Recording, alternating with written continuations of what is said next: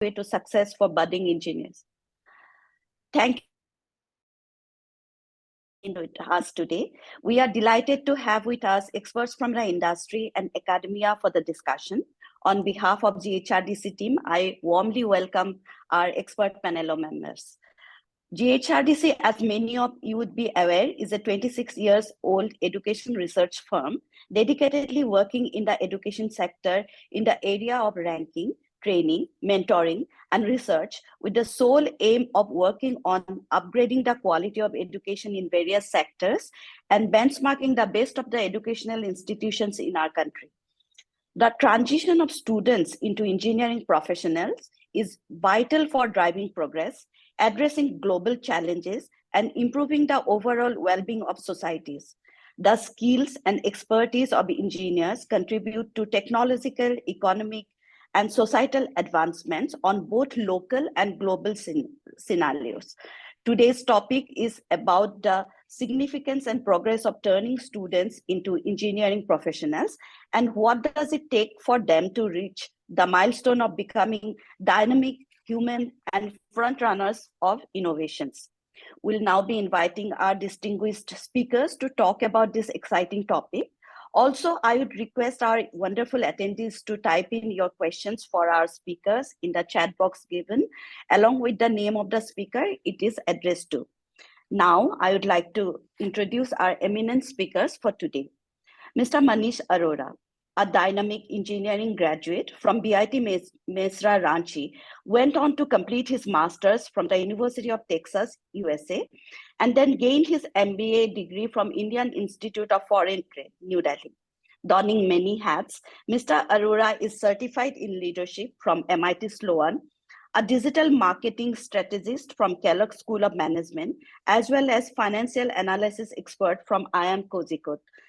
With more than 24 years of rich and diverse experience in the industry, Mr. Arora worked in several stellar organizations, such as Emphasis, University of Texas, Unisoft Technologies in Texas, before finally taking the plunge into the entrepreneurial world, where he co-founded 6D Technologies, a company with a deep-rooted commitment to revolutionize telecoms and fintech industry through their innovation and which has over the years bagged recognition and multiple awards for their innovation and technology globally. Their work spans across India, Middle East, Africa, Southeast Asia, and many other countries.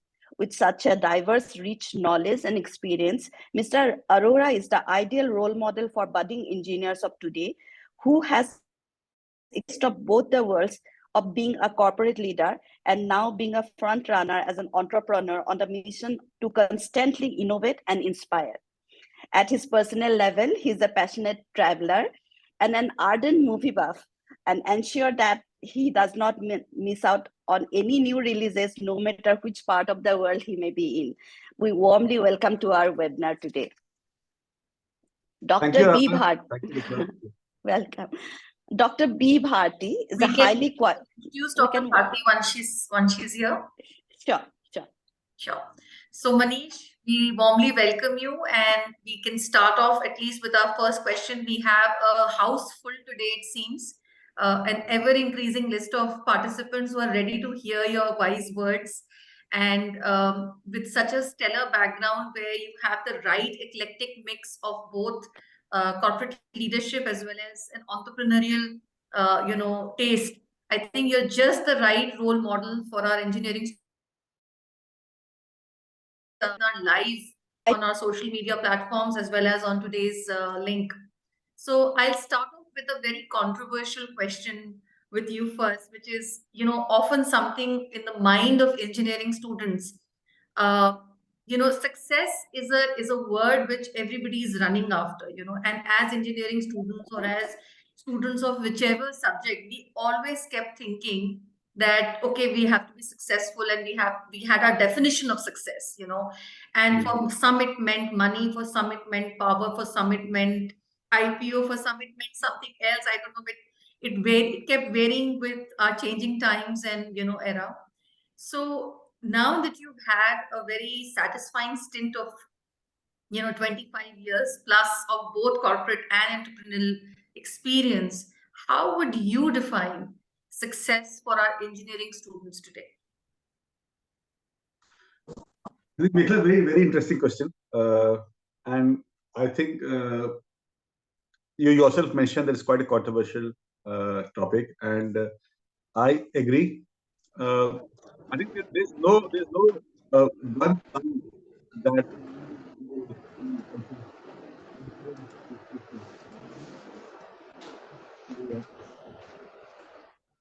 so the success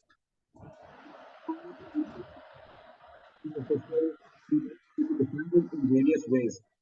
No, it is a very subjective and a personal concept. So for somebody, it could be about personal learning. Especially for engineers, and I believe they're mostly engineers here in this call. I'm right. Yeah. We can mute somebody. Somebody. Yes, yes, there is some background noise. Namandeep, can you check if there is somebody's background noise coming and if it can be muted? Sure, ma'am. So to continue, I said this is very subjective. Here response to this. So for somebody, it could be about the personal growth. For engineers, about learning new skills, acquiring knowledge, adapting to challenges. For somebody, it could be about career enhancement. Now, how do you progress within the organization? Uh, how do you take on increased responsibilities? How do you demonstrate leadership potential? For somebody, it could be about a professional relationship. So, how strong network of colleagues and mentors do you build? How do you contribute to a collaborative work environment? For somebody, it's about job satisfaction, finding fulfillment and enjoying your daily task, uh, align career with personal values and interest. Talking about alignment of personal values and interests is also for somebody. It's also about work-life balance. Uh, our great people say the work 70 hours a week. Though that itself has been a very controversial statements, but then it's a lot. People are focusing a lot about work-life balance, maintaining one's own well-being. For many, success is about financial stability, managing finances responsibly, or having a financial goals. मुझे इतना पैसे कमाना है. I have to be a millionaire. I have to be a billionaire. Some people are content with what they have. For somebody, success is about being involved in communities, engaging in a community, industry-related activities. So again, very subjective. There is no one size that fits all. And as you said, subjective. So that is what I would like to mention. Any question, I am willing to take it. But for me, to summarize, it's from personal growth or learning, career advancement, financial goals, personal relationships, work-life balance, ethical and professional conducts, community involvement. Yeah. That's a tall order for our students to take up. And I think the last point that you have spoken today about community engagement is something which is which is very close to our heart, at least to the mission that GHRDC believes in, and it's part of our ranking questionnaire, our parameters also. So we'll talk more about that in the next few minutes that we have. But we have Dr. Bharti here. Let's very warmly welcome Dr. Bharti. Thank you so much for joining us. Thank you, ma'am. Thank you for the invitation. And it's a pleasure being here with all of you. Absolutely, ma'am. Same here. So, Aradhana, maybe you could also introduce Dr. Bharti, and then we can start off with the questions. Yes, a very warm welcome, ma'am. I'll ma'am. read out your profile to everyone. Dr. B. Bharti is highly qualified and experienced academician with more than 23 years of experience. Currently, the Dean of Academics at Satyabhama Institute of Science and Technology, Dr. Bharti has been deeply involved with multiple prestigious projects, such as implementation of National Education Policy 2020 and University Coordinator for EBIT, NBA, and NAC accreditations. As the professor at Computer Science and Engineering Department, she played a key role in setting up the AI supercomputing facility in the campus, apart from being a keynote speaker at various events, especially on AI and machine learning, and also established the Testing Center of Excellence in association with Virtusa. Dr. Bharti has to her credit of being involved in content generation of Tamil Nadu Open University correspondence courses and authoring book chapters for data structure and advanced data structures for Satyabhama University, apart from publishing technical research papers in multiple conferences and referee journals, both at national and international levels. She has been in the head of Entrepreneurship Development Center at the university and is a PhD guide to several students. 3 of her patents have been published and many on the way. Over to you, Mekhla. Welcome everyone again. Welcome so much. We are very, very happy, excited to have you, Dr. Bharti. And I've already started with the first question. We have Mr. Manish Arora. We shared his profile with the entire audience. You missed it, but we will definitely share, your contacts much later once the webinar is over. But starting off with the first very controversial question that I asked Mr. Arora, about the definition of success. This is something which is in the mind of students, and since you live with students 24/7, that is something you are very closely connected with. What do you think is the right definition of success for students, and how can institutes play a very important role in supporting that goal for students? I'm very sorry. Is it the same question that was asked to Ms. Arora? Because there was a little network glitch in between, right? Yes. Yes. Okay. Thank you so much. A very good morning to all of you. Because I had a delayed entry. A very good morning to all of you, and thank you for this information. For me as an academician, okay, and also being a woman, success to my students, I would be saying it has to be at peace with oneself, because right now there are people who are into various professions, running around, achieving targets, making money, juggling between personal and work-life balance, and all that is there. But more than it, I have to be happy with whatever I do. Be it an engineering career or an academic career or an entrepreneurship career or whatever it is, I have the drive to me to go to work every day has to be my passion. If that is my drive for a work, then I understand that I am successful. For me, the amount of money that I make would be secondary, but still, be the passion, the interest I have every day to go to work will be the most important point for me to decide somebody to be very successful. And yes, continuous learning has to be there, because now students look for various challenges. They are not happy with mundane tasks to be done every day in and day out. Students are, we have seen a lot of cases where software professionals leave their jobs, start off a complete different field of work, start entrepreneurship, and so on. So there has to be a continuous learning in your life, and the work that you do has to lead to you for such fulfilling continuous learning throughout your life. And to be successful, or to define myself to be successful, I should be a part of generating sustainable solutions to my society. I have to be in some way helpful to the society in bringing out certain changes, or at least being a part of a change. So, as an academic person, we are working towards something called as outcome-based education. So students have different outcomes in their mind. So we help them, and the government has also given us certain attributes for a student to be successful. So all our academic curriculum, all our planning, our delivery, teaching, and learning process, everything is towards this outcome-based education, where we make sure that every student who has got a different mindset about education or the outcomes that he is looking forward from education has to be satisfied.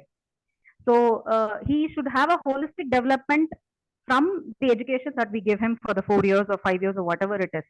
So, and he should have the confidence to run behind his passion, and not just only money that has to be his driving force. So that I would, and he should also have a way of bringing in creative work, being very creative to his work every day in and out. So for me, I would say success in life is being peace at oneself, passion, following passion, being very creative, having continuous learning, and working towards sustainable solutions. And finally, yes, a good work-life balance. Thank you, ma'am. Incredible. I think that's a beautifully summarized answer. And together with Mr. Arora and your list, I think students have a lot to now take care of and work on. Because these are, ultimately coming from your own practical experiences. So this is something very, very valuable for them. Manish, my next question is to you again. You've been a part of the industry and the entrepreneurial world for more than 25 years now. And of course, the generation that existed at that time and the generation that exists now, there's a huge gap like any other era. But if I had to ask you in today's time, what is the expectation of the industry from young engineers, budding engineers, and young professionals? What would you say would that be? Yes, Mekha, interesting. Again, so industry generally has a certain expectations from young professionals, uh, and especially I believe you're focusing on people who are fresh out of the college. It's a combination of technical skills, soft skills, and definitely professional behaviors. Uh, so, so technical competence is something which each employer expects a young professional out of college to have a strong foundation. Uh, Communication skills, very important. Clear and effective communication is very crucial. So we look for professionals who can really articulate ideas, collaborate with colleagues, and communicate with clients. Uh, Problem solving abilities. So we value individuals who can really identify and solve problems independently and even in collaboratively. Somebody who can adapt and is flexible. Okay, so the ability to adapt to challenging work environment and take responsibilities is highly valued. Of course, professional and work ethic. I think there's no need to explain that.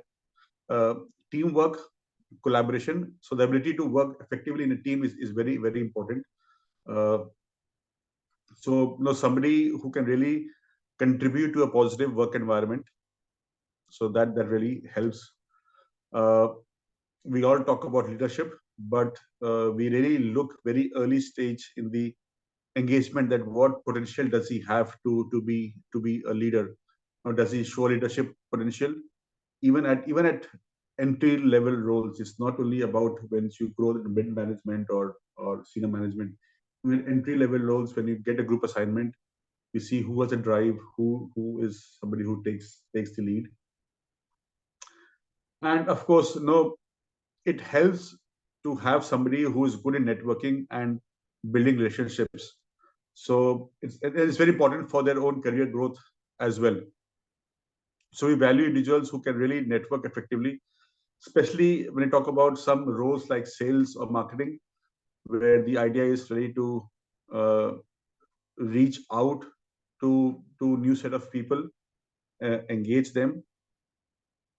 So no, and the institutions, the education institutions, really play a very crucial role in preparing students for the expectations that we have. So I'm sure they provide the career services, workshops. I think again, just like the previous question, it's a long list, and again, depending on which part of the career you are in, but really answering this the context of the audience here, where the young professionals, and soon out of the college or just out of the college. I think this is what we look into people in the early stage of their career. Sure. So Yeah. if I could just take you back to your college days, when you were in your engineering colleges or, your MBA days or whichever educational life you think you learned most from, what were the activities or initiatives that you took part in or were part of, which you think really helped you evolve as a professional today? If we could talk about some of those things, because that will directly help students today in understanding what can they do in today's time. I think I'll also relate this to what Dr. Bharti mentioned. It's very important, and that's what I did to really to identify in those 4 years of engineering that what is that what I want. Okay, entering college into when you are 18, generally 18 years of age, and graduating when you're 22, you have those 4 years where you really to find out what you want.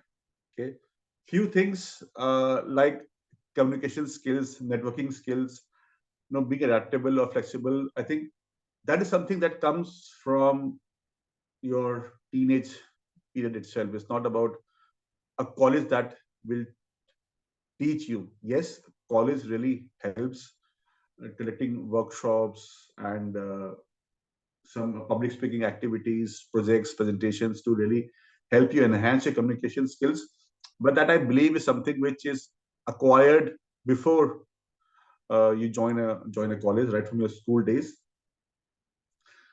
Technical skill being in a college, I think that is something which I was very particular about.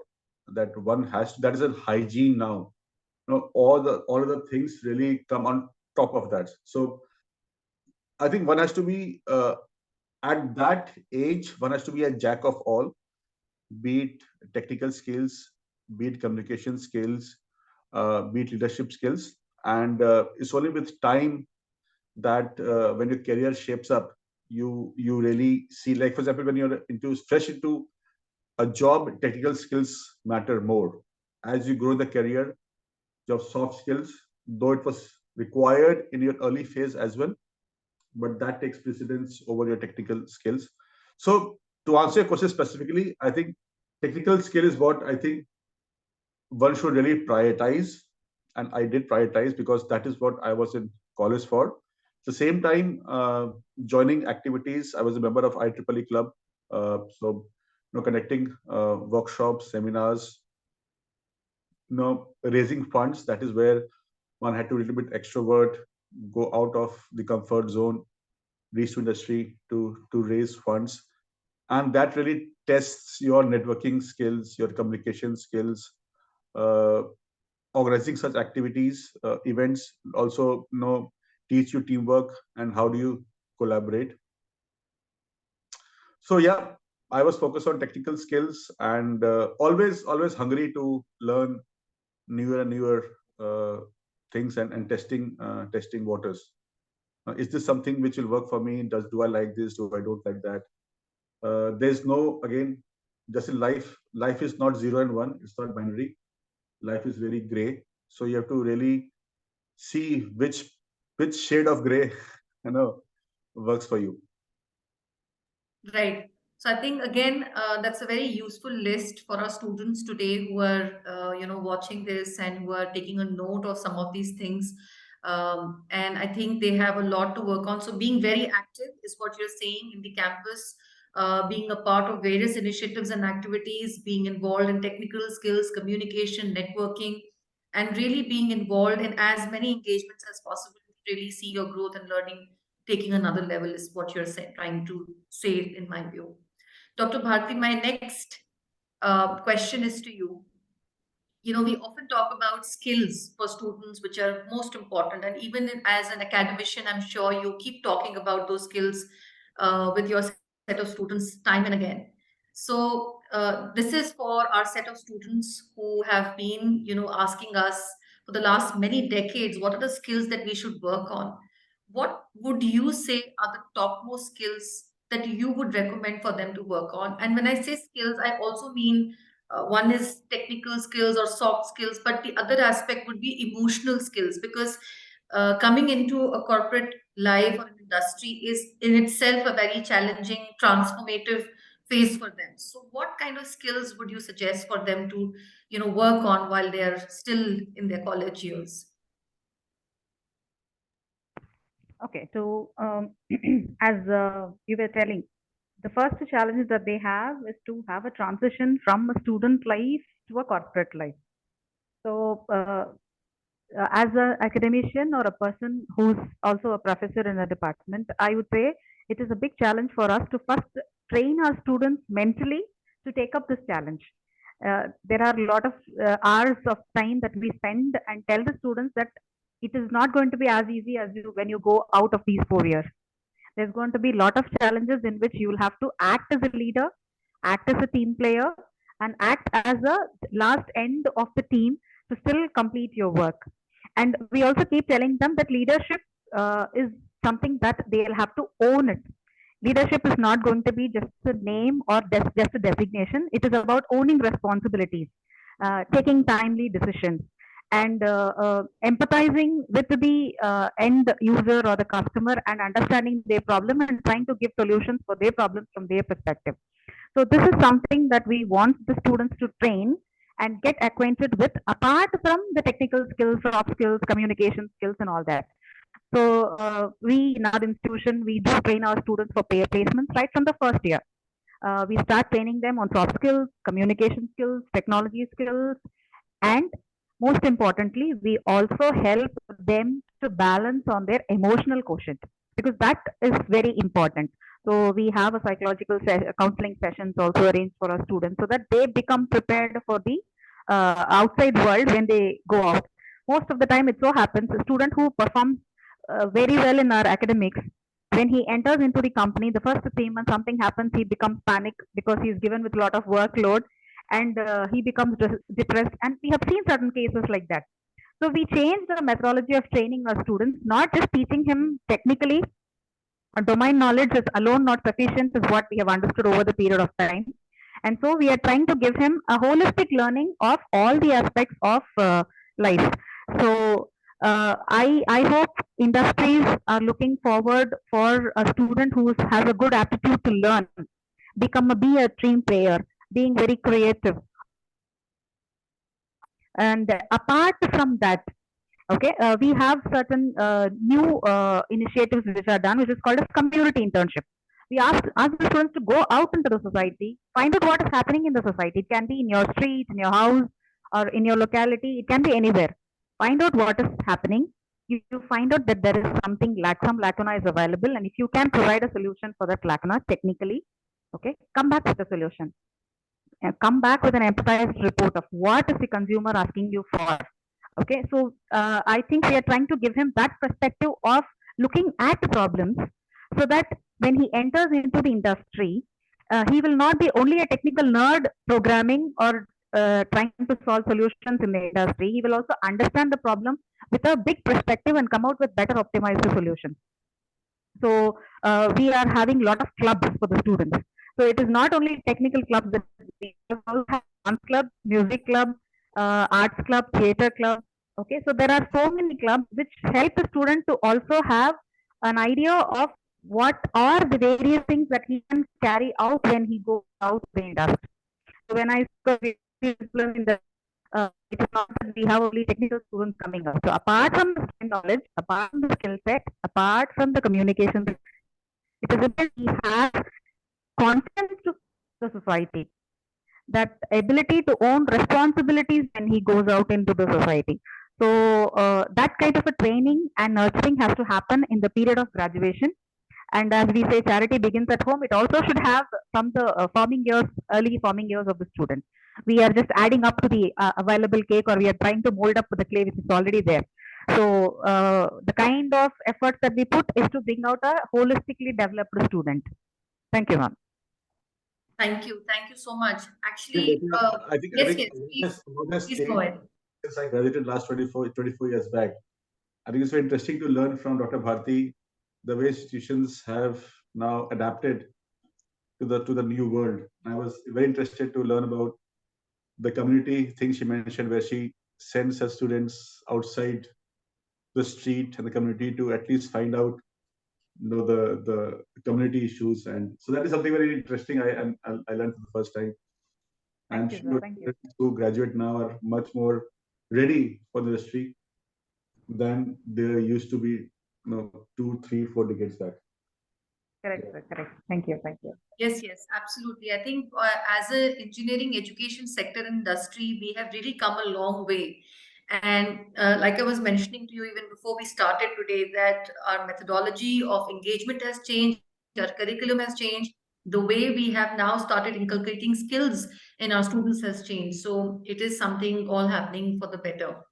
Dr. Bharti, you talked about a very important point in your answer today, which was about the phase when students join the industry, whether as an entrepreneur or as an employee, and they face a lot of issues and challenges and they get depressed, or sometimes as an entrepreneur they may even face failure. Now this is a very interesting thing that we have been trying to talk about with our student community, not just engineering colleges but all our other sectors of education that we work with, where we are trying to understand, is failure a bad notion? Is it something that we can take up in a different light? Is it an approach which should be actually taken up as a milestone of learning rather than as something which is considered to be negative? So, what would your views be on that, and what would your advice be to the students who are watching this today? Okay. Whatever I give you as an input is the input that I have collected from people from placement, people from the industries, when we meet our stakeholders and whatever they say. And I have got an input saying, whenever a student fails as an entrepreneur, okay, and say for example, he wants to have a shift to an industry, industries are very happy to pick up those students. Their placement probability is higher because when company, there is always a survey which is done and which says that industries take up freshers, some industries take up freshers as a part of cost setting because they'll have to pay higher for a experienced person. But even such industries, when there is a failed entrepreneur, they give better salary and they take them as an advantageous person to the company. So this is the feedback that we got. So even in our university, we encourage a lot of students to start entrepreneurship. So we give credits for entrepreneurship. There are 15 credits for the student to take up entrepreneurship. Uh, Earlier, there were students who hesitated, who did not even know what entrepreneurship is. But now there are so many students who at least want to understand or have a flavor of what entrepreneurship is and start doing entrepreneurship. Being successful or unsuccessful is a different story. But the institution tries to help them the maximum. We set up boot camps, we set up workshops, we set up a lot of awareness sessions for the students to understand what entrepreneurship. We have a lot of MOUs with other industries who can come and mentor our students. We provide all this help. Of course, with all the efforts that we put in, I would never say that we were 100% successful. But the success rate is increasing year by year. The first year, we just had a handful of students who came out as entrepreneurs. The second year, the numbers were increasing. And there are failed entrepreneurs during the 4 years go back, and when they come back as alumni, they are saying that they are successful entrepreneurs now. They started entrepreneurship, they tested whether it works during their forming years of the 4 years. Midway, they were not successful. They started working in companies, and again they go back to the field of entrepreneurship because that is where their passion lies. So such cases we have seen over a period of. Okay, so we always tell students all these success stories and tell them don't take up failure as a setback. Let it be a learning for you. And there are so many successful entrepreneurs who have not succeeded in their first attempt of being an entrepreneur. They have had at least 2, 3 failed attempts. So the kind of motivation, the kind of learning, the kind of teaching that they give them is always there's all this literature that we collect over a period of time and then tell them. Of course, there are students who handle it very easily. There are certain set of students who find it difficult, but we always have a support system. We also always have a mentoring system to help them overcome and go to the next stage. And in the due course of mentoring, we also know there are certain students who definitely can take entrepreneurship even though they fail. There are certain who, for whom that does not work. So we identify this at least in the third year and tell them, okay, this is not, if this is not working, it is okay. take away all the learning that you've had in these 3 years of journey of entrepreneurship and start working on your career as placement. So we support the students right from the first year.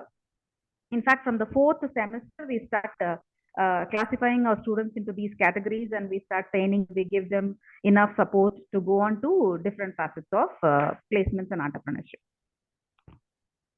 This is very interesting and something we truly, correlate with, because we've also been talking about failure as a concept with our student community, with our faculty community, in our ranking work as well, very openly as a theme. And I truly feel that this is a messaging that needs to go out to our students as much as possible to understand that this is really a learning milestone and nothing else. So thank you for sharing that, Dr. Bharti. Manish, any views that you have on this? Yes, absolutely, Victor. I think I really value Dr. Bharti's input here. And it is said that experience is not about knowing what you should do. Experience is about knowing what you should not do, and that is where the failure helps. I've seen in my own career last 24 years, and this is not only about career and being an entrepreneur. Failure helps you not only in your work, be it an entrepreneur, it could be your professional life, you could be working anywhere. Failure in relationships also help. You go through bad patches in a relationship, be it with your friends, be it with your parents, with your relatives, but you really then learn to be specific, what you did wrong, which you should not repeat. No, we all have heard the saying that the failure are the pillar of success. Unfortunately, uh, this comes only with experience. No matter how much people read about, no matter how much we talk about it, no matter how much we hear, but if I take my own career itself, in my own company last 22 years, we have been on the verge of closure 3-4 times, but then every time we have come out much more stronger. Okay, we know what not to do. One should keep experimenting. To be an entrepreneur, or even if you are a senior management, middle management, but you have to keep trying new things. You have to be creative in new approaches. Some work, some doesn't work, and there can be n reasons why things don't work. So it's more important to know which route not to take than knowing which route to take. If you know that the route that is to be taken, it comes because you know what not to take. So failure is easier for, I wouldn't say easier, but then no matter how much we discuss about it, it comes only with experience, that you start appreciating that, hey, I failed here, and my success today is because I failed then. Phenomenal answer, I would say, Manish, because this is again something which is very important for our student community to really understand and really absorb. Like you said, it creates resilience. You come out stronger each time. You come out with learnings which you can apply, and you know exactly what not to do. So I think these three key points is something that everybody can take a note of. Um, Dr. Bharti, again, I come back to you for another very interesting question. This is a question that we were asked by our students through our emails and through a lot of questions that comes to us, as we engage with them through various workshops or through our ranking work. And this was one very interesting question that came up about community engagement. And I will also come back to this question with Mr. Arora, and we'll talk a little bit more about this. You touched upon it as to how you let students go into the society, you let them engage, you let them understand what is the need of the customer. But here, my question is very specifically coming back and giving back to your society. You've become an engineer, you have now joined an industry, you've gained a decent amount of years of experience, and now you're on your way to becoming a good leader as well. But this aspect is something that we really dream and wish for every have, that they should be able to give back to the society. There should be some way of community engagement that should be happening. How would you say, are some strategies or some things that students can do here, and what kind of mindset can we inculcate in them while they're at the institution, while they're still studying?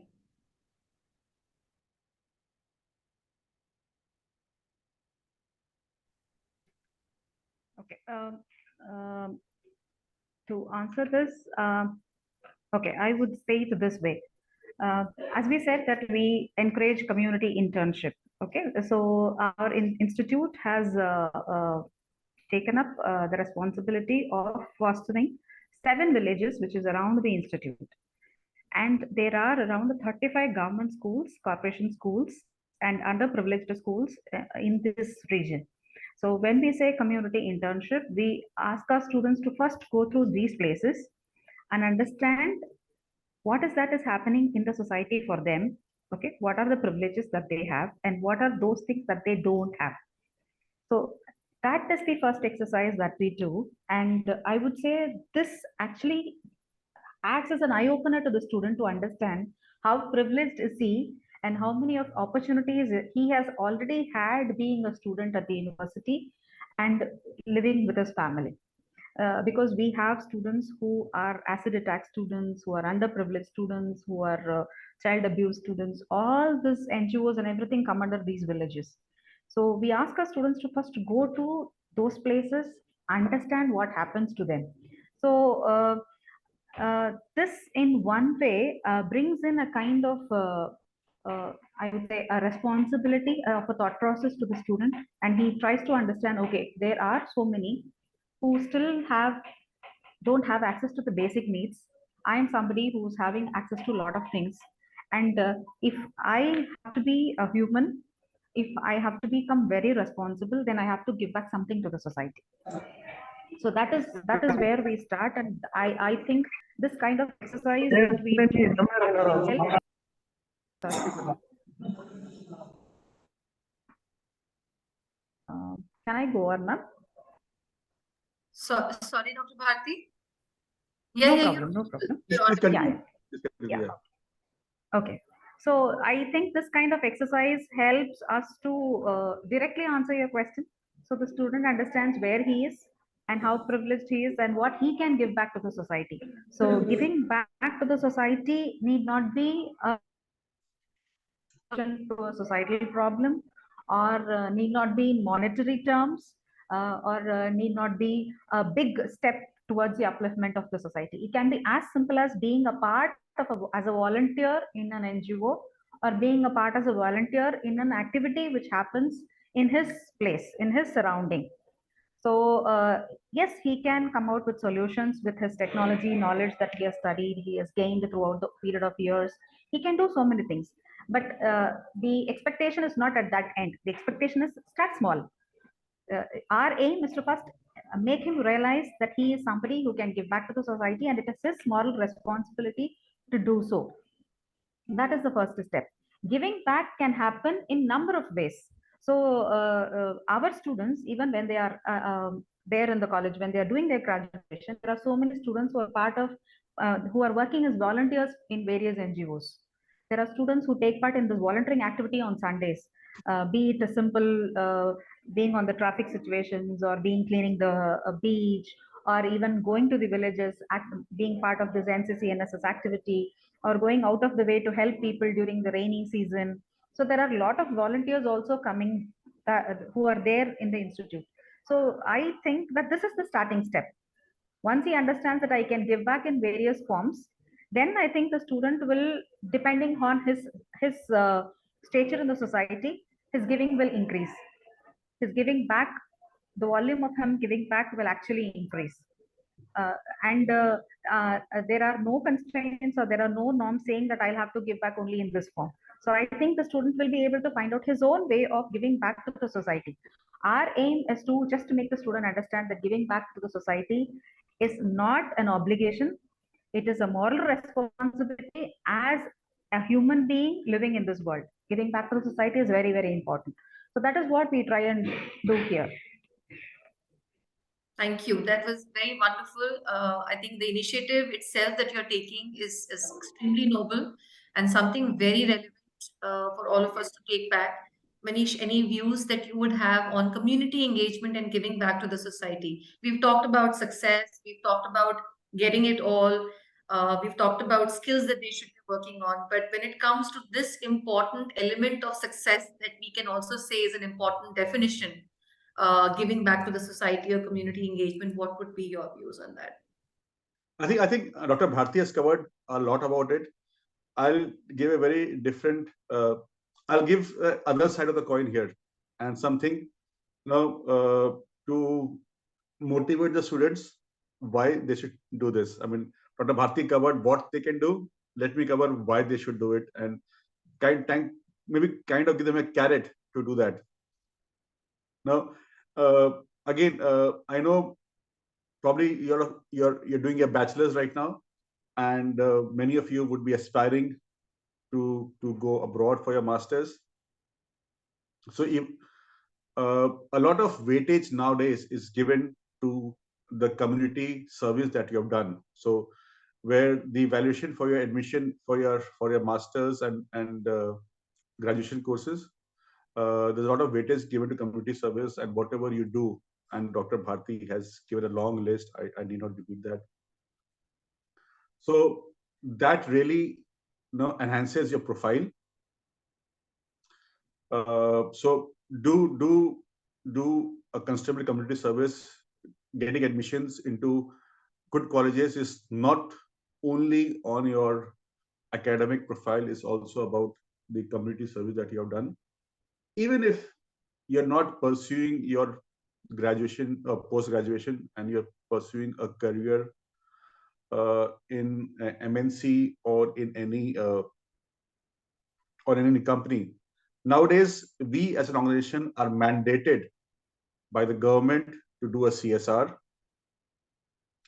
And we also look for people who have this background of community service. It benefits us. But again, coming to your point, a community service really gives you opportunity to network with people in your organization from different departments. As we discuss, for your success, it's important for you to network. If I'm in department A, day and night I just interact with my colleagues in department A. I don't get a chance to interact with department B's. But once you grow your career, once you become managers and you handle multiple departments, it's important for you to know other people. So doing community service, you get to meet other set of people, learn more about the organization, learn more about the work that your company does. It helps you network, what to talk, what not to talk, how to build networks, how to develop friendships, which you can always extend to your own professional success.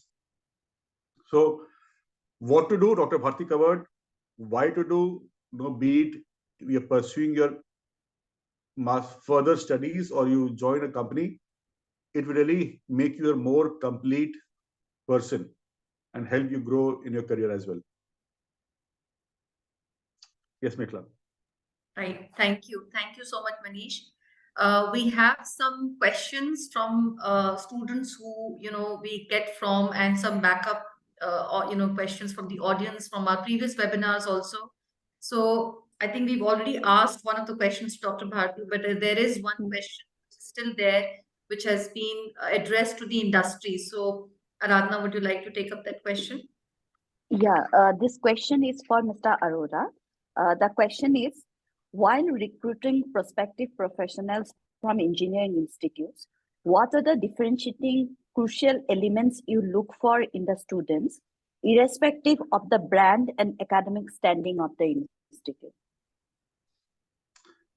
Yeah, interesting. I think a very valid question. So I think one thing that you need to really appreciate is that in a college of 500,000 students, we have very limited time to really identify the 5, 10, 20 people that we go to hire. So find ways to stand out. Find ways that why should I notice you? Imagine if I have a crowd of 100 people in front of me and I talk to them for 5 minutes, 10 minutes each. Okay. What is that will make me remember you? I have to go through, discuss meeting or interviewing, let's say 500 people or 100 people after shortlisting. So what is it that will make you remember you?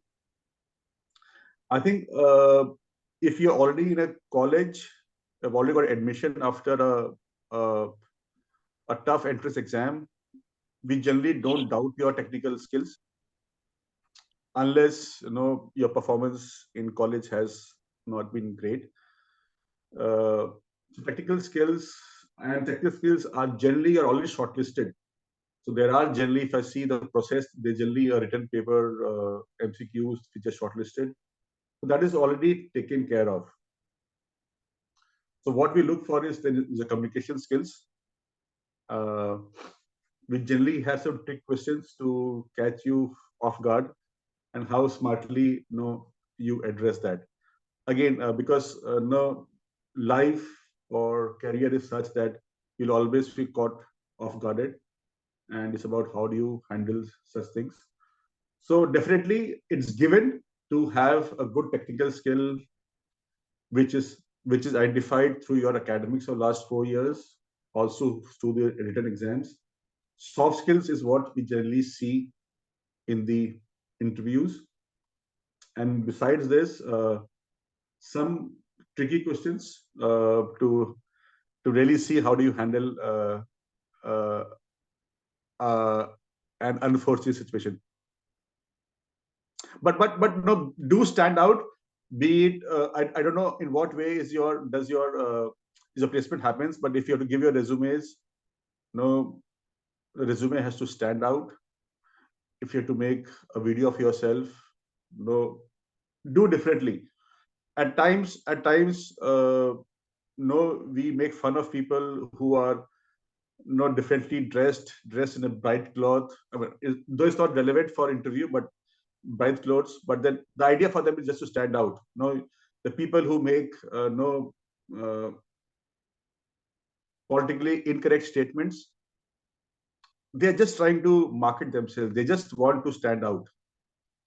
So yes, don't be controversial. I'm not suggesting that, but do something which is really standing out.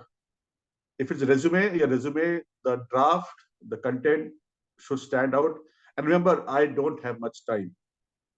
If I have to cover 500 people in 5 minutes, I don't have much time. So do something, be it smartly dressed, be it the way you say hello, be it the way you leave, maybe some jokes that you crack smartly. Stand out. I should remember, oh, there's one person who spoke this way. No, who was he? Everything else is at par. Once you are being interviewed, your soft skills, your technical skills are already given. What is that stands out that will make me remember you? That's what I personally see. Very interesting. So I think you're talking about a lot of body language here. You're talking about presentation. You're talking about various other skills that we usually don't talk about in such kind of settings. But you're telling students that really figure out an opportunity to make yourself be unique in the way you Absolutely. present yourself to the audience or to the industry. Very interesting. When I was in US studying, there was a new language called I don't know. There was a new language that was introduced, and Nokia was interviewing. So I know this person, though I came back to India, but my friend who stayed back, he went for an interview, and it was a very Nokia handsets had a new language called Symbiosis or something of that kind. That person and very few people knew that language. So that person, he knew he'll be interviewed for that, but he made his own. And I'm sorry, I don't know the much background, but if you are from a computer science background, he made his own program and he went for the interview. He shared a CD. He said, "Sir, I understand you will be interviewing me for my knowledge of this program, of this language, programming language. But this is a CD. I've made this application. Whenever you have time after the interview, please have a look at it." Right. So that is something which really made him stand out, and he got the internship and eventually the job. So people go there just to answer questions, but he went a step ahead. Did a 2 weeks of project himself, two weeks of project himself, and gave them a CD. They saw, they didn't see, but at least they remembered that this person has done something different. He was confident. Yes, Mikla. Absolutely brilliant, brilliant. I think what both of you have shared today is a very tall order for our students, but something which is very practical, very relevant, something which is, very easy to also implement. It may look challenging, but very easy to implement also if they have the guidance of their parents, their mentors, their faculty, their teachers. And both of you come from very vast, rich knowledge, experience, and background, and all these inputs coming from both of you has immense value for our student community today. So I would like to today wrap up by saying a big vote of thanks to both of you for such incredible inputs. I think some of the things that we spoke about really stand out, and though they might sound very simple, but they are something that needs to be reiterated again and again and again to our student community, which is one of the main aims of these webinars. The idea is to bring the industry and academy on the same platform so that students, the faculty, the industry, everybody can benefit from these insights. So again, summarizing them, I know it's a very tall list, but whatever I can quickly remember: being ethical, having adaptability, being flexible with whatever work challenging situation you may be having a problem solving mindset, really giving back to the society and having a very grounded, humane approach to life, and of course being technical innovators, which is what engineers are for.